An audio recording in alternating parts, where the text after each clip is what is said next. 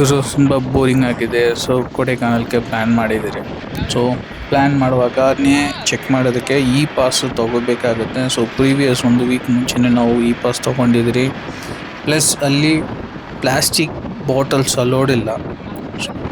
ನೀವು ಯಾರಾವುದು ಪ್ಲ್ಯಾನ್ ಮಾಡಿದರೆ ಕೊಡೈಕನಾಲ್ ಹೋಗೋಕ್ಕೆ ಪ್ಲಾಸ್ಟಿಕ್ ಬಾಟಲ್ಸು ಆಮೇಲೆ ನೀರು ಬಾಟಲು ಅವಾಯ್ಡ್ ಮಾಡಿಬಿಡಿ.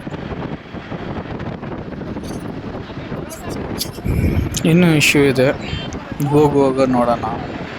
ಸೊ ಮೇಯ್ನ್ ನಾವು ಪ್ಲ್ಯಾನ್ ಮಾಡಿರೋದು ಗುನಾ ಕೇವ್ ಯಾವ ಥರ ಇದೆ ಅಲ್ಲಿ ಹೋಗಿದ್ರೆ ಗೊತ್ತಾಗುತ್ತೆ.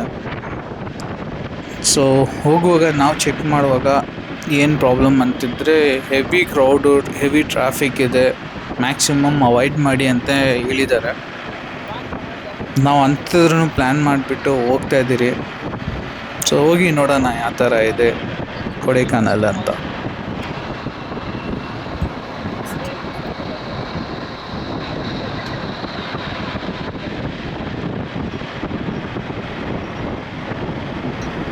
ಗಾಡಿ ಹೋಗ್ತಾ ಇದೆ. ನಾವು ಇನ್ನೂ ರೀಚ್ ಆಗಿಲ್ಲ. 8 o'clock ಆಗಿದೆ. ನಾವು ಯಾವಾಗ ಕೊಡೈಕನಾಲ್ ರೀಚ್ ಆಗ್ತಿರೋ ಗೊತ್ತಾಗ್ತಾಯಿಲ್ಲ. ಹೋಗೋ ರಸ್ತೆಯಲ್ಲಿ ಫಸ್ಟ್ ನಮಗೆ ವ್ಯೂ ಪಾಯಿಂಟ್ ಸಿಗುತ್ತೆ. ಯಾವುದಂತಿದ್ರೆ ಮಂಜಲಾರ್ ಡ್ಯಾಮು ಅಪ್ಪರ್ ವ್ಯೂ ಮೇಲ್ಗಡೆಯಿಂದ ಯಾವ ಥರ ಕಾಣಿಸ್ತಾ ನೋಡ್ಬೋದು. ಅದು ಬಿಟ್ಟಿದ್ರೆ ತಲೆಯಾರ್ ಫಾಲ್ಸ್ ದೂರದಿಂದ ಕಾಣಿಸ್ತಾ ಇದೆ. ಸೊ ಮೇ ಬಿ ವಿಡಿಯೋನಲ್ಲಿ ಅಷ್ಟು ಕಾಣಿಸ್ತಾ ಇದೆ ಅಲ್ಲ ಗೊತ್ತಿಲ್ಲ. ಸೊ ನೋಡೋಣ.